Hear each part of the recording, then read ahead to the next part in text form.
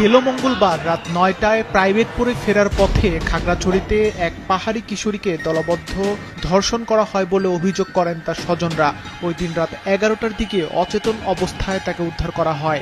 এই ঘটনায় উত্তপ্ত হয়ে উঠেছে খাগড়াছড়ির সার্বিক পরিস্থিতি।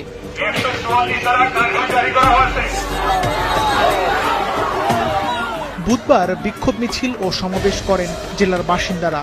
যুগ্ম ছাত্র জনতা ব্যানারে এই কর্মসূচি পালিত হয়। ধর্ষণের অভিযোগে বুধবার ভোরে ওই শিক্ষার্থীর বাবা জেলার সদর থানায় মামলা দায়ের করেন। এ ঘটনায় সব আসামি গ্রেপ্তার না হওয়ায় বৃহস্পতিবার থেকে উত্তপ্ত হতে থাকে খাগড়াছড়ির সার্বিক পরিস্থিতি। বৃহস্পতিবার সকাল ৬টা থেকে শুরু হয় অবরোধ। এতে ঢাকা সহ সারা দেশের সাথে বিচ্ছিন্ন হয়ে পড়ে খাগড়াছড়ি।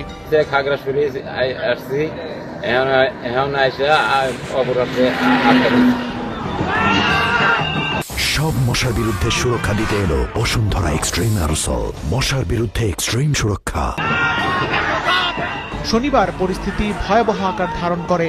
অবরোধ কর্মসূচিকে কেন্দ্র করে পাহাড়ি ও বাঙালি দুই পক্ষের মধ্যে শুরু হয় তীব্র উত্তেজনা ও ধাওয়া পাল্টা ধাওয়া। পরিস্থিতি নিয়ন্ত্রণে আনতে ওই দিন বেলা ২টা থেকে অনির্দিষ্টকালের জন্য জারি করা হয় ১৪৪ ধারা।